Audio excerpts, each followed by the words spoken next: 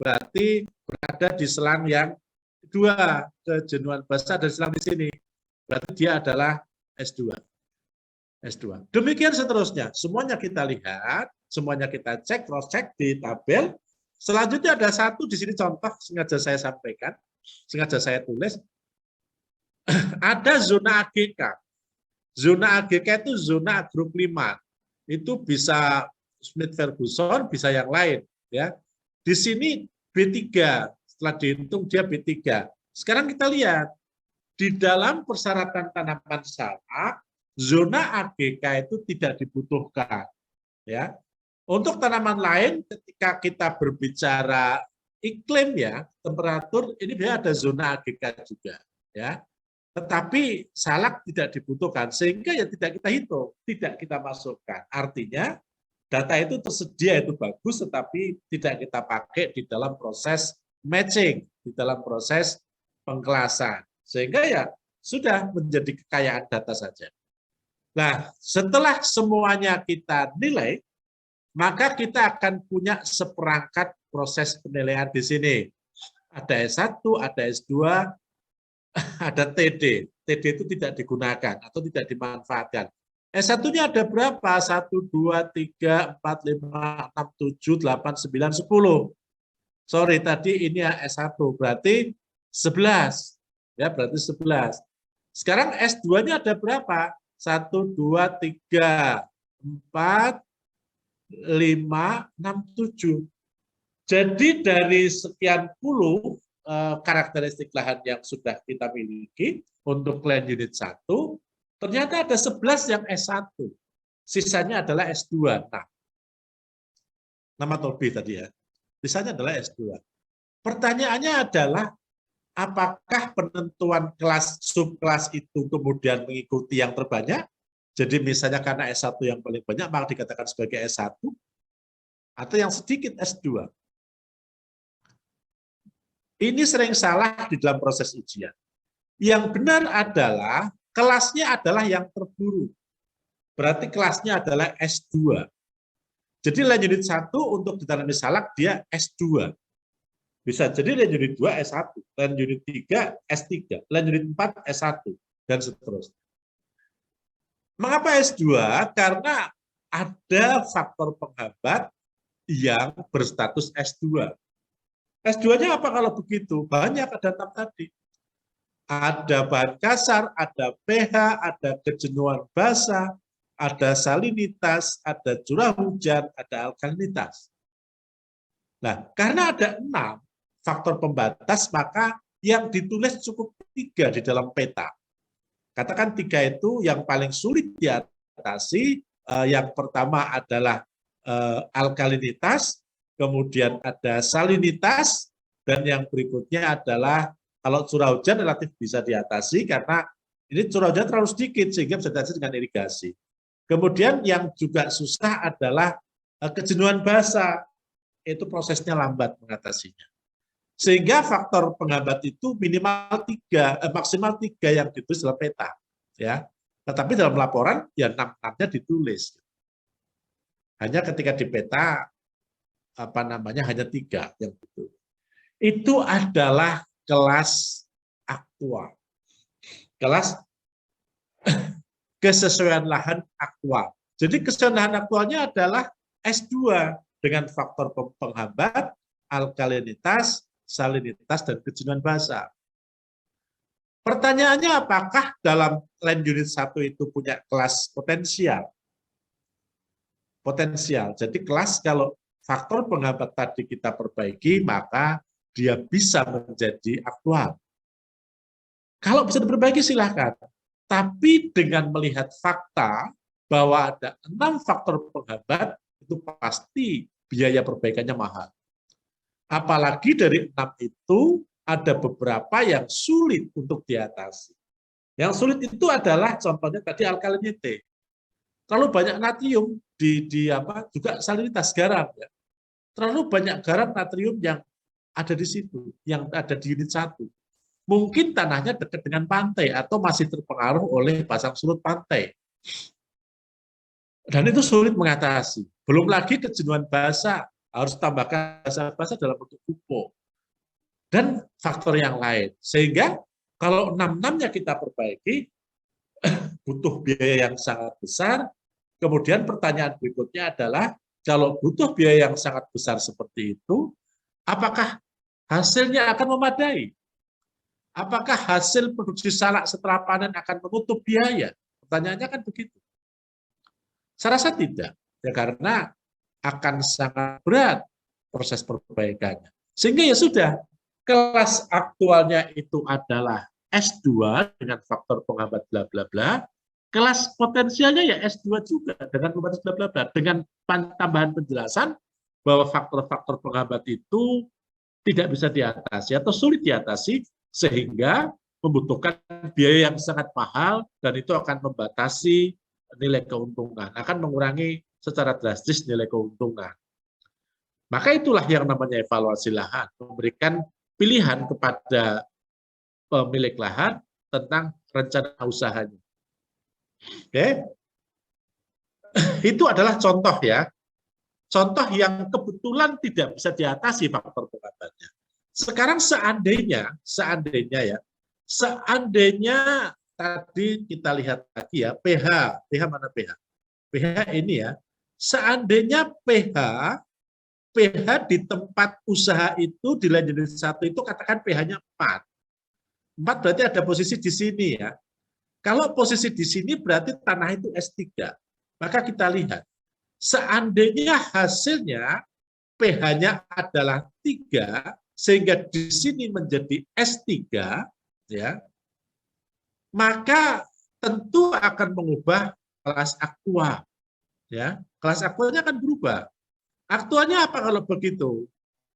S3 dengan faktor penghambat N, nutrien. Dengan faktor penghambat, tadi pH ya, pH itu apa? Oh, dengan faktor penghambat NR, nutrisi apa? Nutrient retention. Jadi kalau pH-nya itu 3 atau 4 lah ya, tadi kan di bawah 4 kemarin, berarti 4 masih termasuk S3, maka di sini katakan 4, ini adalah S3 NR, hurufnya NR kecil, nutrient retention. Itu adalah kelas aktualnya. Pertanyaannya, apakah ini bisa diperbaiki? Bisa. Memperbaiki kalau hanya pH itu sangat mudah. Tinggal dikasih kapur, kalau dari pH 4 katakan menjadi biar S2 gampang, kan hanya butuh sedikit itu. Butuh naik tidak sampai 1 digit ya.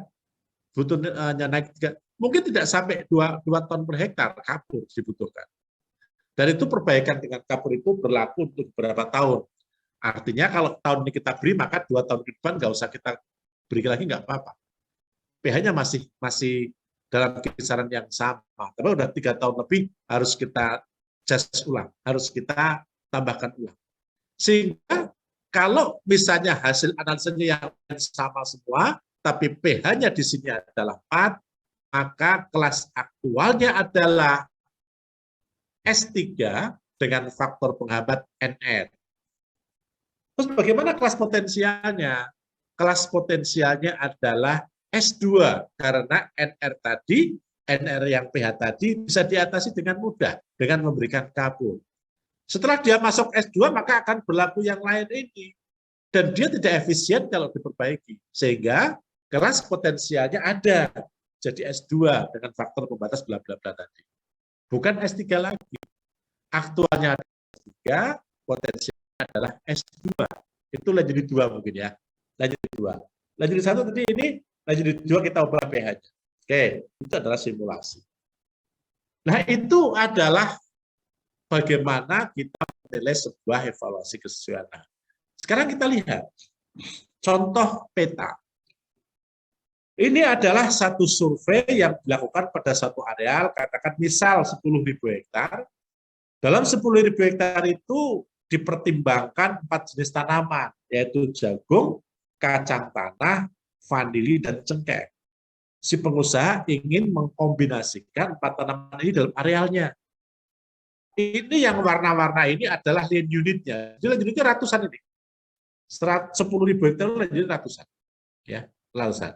Semakin berwarna merah, semakin tidak sesuai untuk masing-masing jenis tanah. Nah, dalam kondisi yang seperti ini, maka langkah pertama adalah kita melakukan memetakan yang S1 semua dulu. Yang S1 semua dulu. Ya. Yang S1 semuanya kita plotkan dulu pada masing-masing peta. Setelah semua S1 kita plotkan, maka kemudian kita pilih komoditas yang paling menguntungkan. Katakan vanili yang paling menguntungkan, maka yang S1 tanaman famili jangan diubah. Tetap dia S1. Ya, sedangkan yang tidak, tadinya mungkin S1-nya ada untuk vanili, ada untuk jagung, maka yang jagung delete. Karena dia kalah nilai ekonomi. Semuanya yang S1 vanili kita masukkan di sini. Ya. Yang kedua, kemudian dilihat tadi nilai ekonomi yang nomor 2, nilai benefit cost yang kedua. Mungkin nilai benefit cost yang kedua adalah tanaman kacang tanah. Ya, S1 untuk tanaman kacang tanah kita masukkan.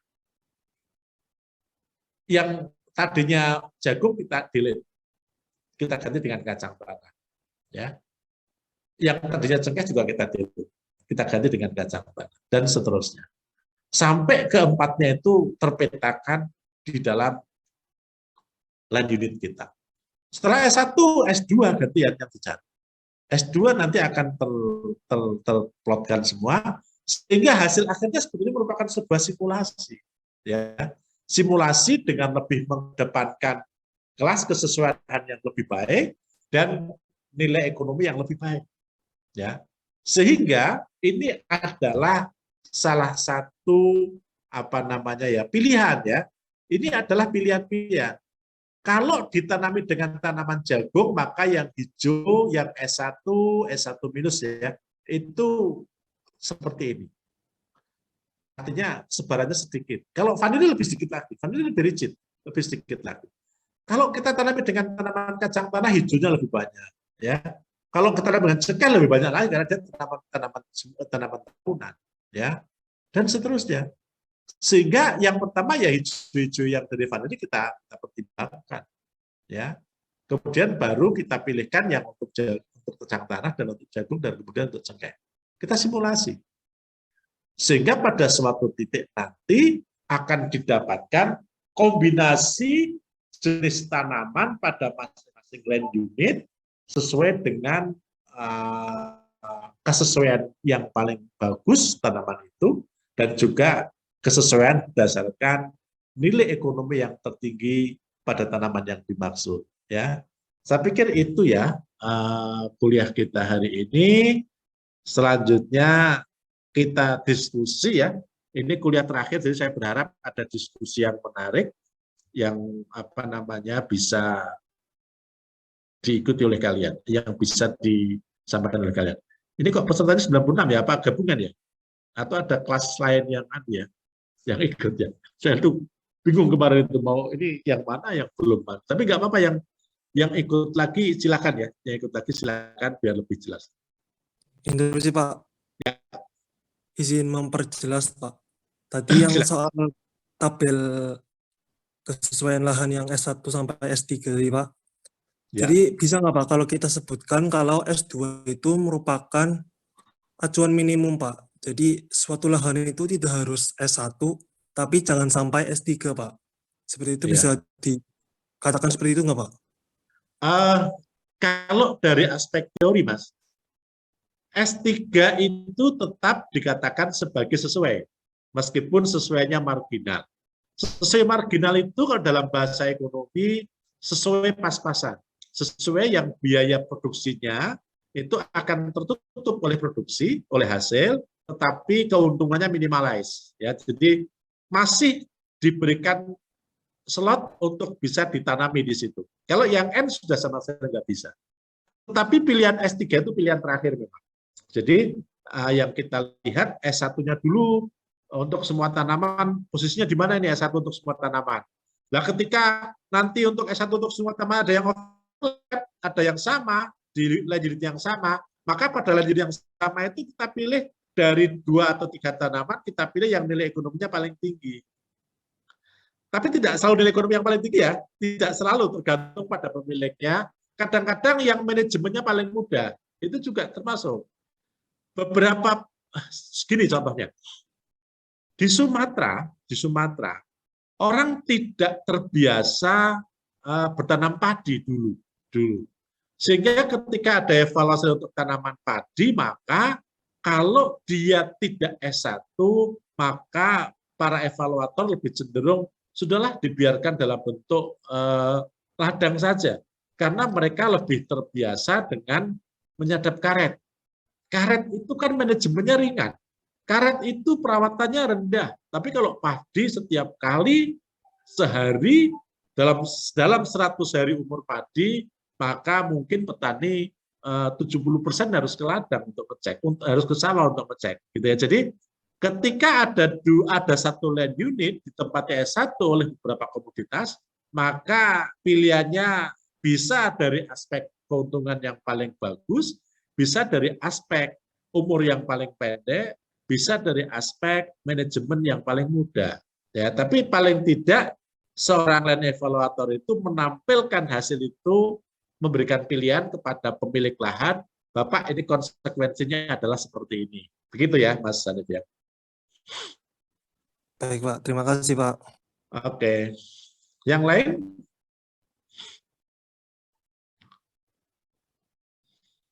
Ada? Mbak Mariam Novianti? Belum ada, Pak. Belum ada ya. Mbak Fitria, Hanifatul Rofifa. Ada, Pak. Ada pertanyaan, Mbak? Belum ada, Pak. Oke. Sebelum saya tanyakan yang lain, ini peserta sampai 95 saya lupa. Ini saya mungkin kemarin bikin link itu di tempat yang salah ya. Ini kelas yang mana ya, Mas ya? Mbak?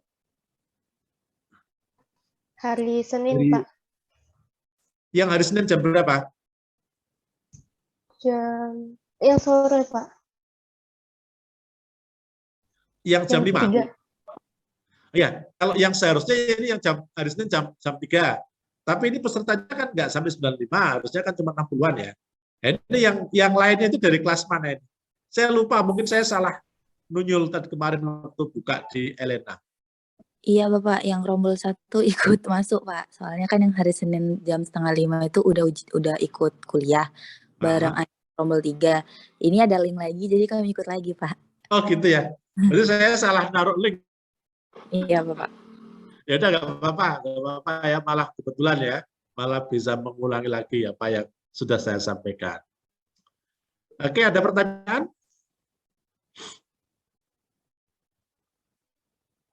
Kalau ada dipersilahkan. Pak, izin bertanya. Ya, Mbak Ulia.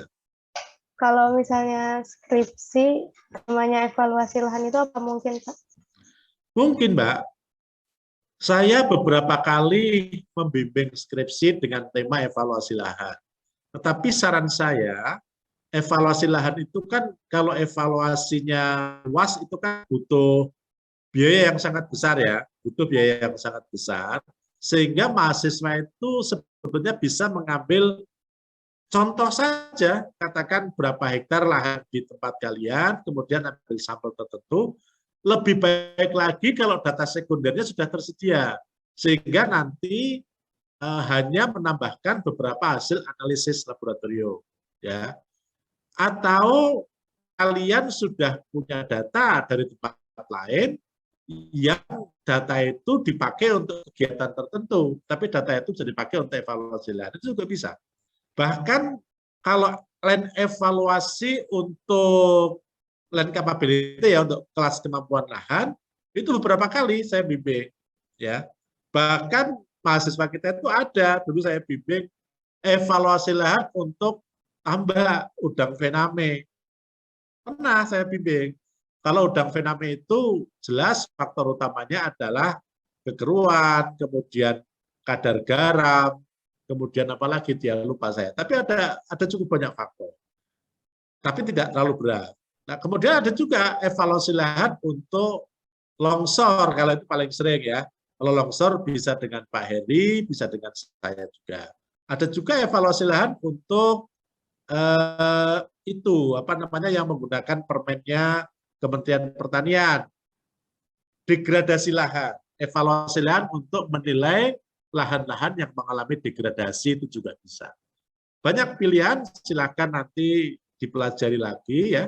Bagi yang tertarik, saya siap insya Allah untuk menjadi pembimbing. Gitu ya Mbak Ulia? Ya Pak, terima kasih Pak. Oke, yang lain?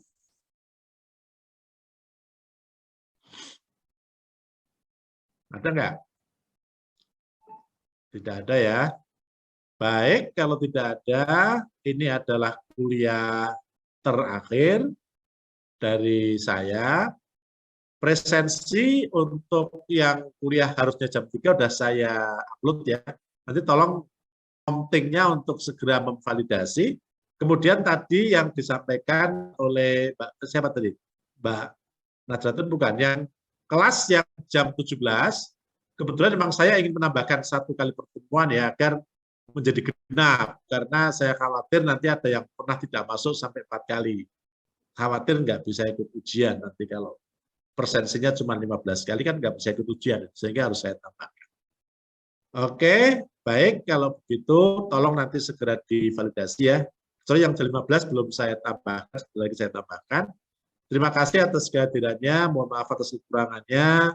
Selamat belajar, kita akan ujian, menunggu jadwal ya, menunggu jadwal resmi dari fakultas. Dan jadwalnya terpublish oleh fakultas, ujiannya masih didiskusikan di teman-teman dosen, apakah mau daring atau mau luring. Kelemahan daring terus terang saja memang menjadi tidak maksimal, susah dalam proses pengawasan. Berarti semua ujian harus bersifat open book, yaitu kelemahannya, sehingga menyebabkan mahasiswa, mohon maaf, seringkali tidak belajar secara maksimal. Itu ya. Baik, kita tutup pertemuan kita hari ini. Selamat pagi, Assalamualaikum warahmatullahi wabarakatuh.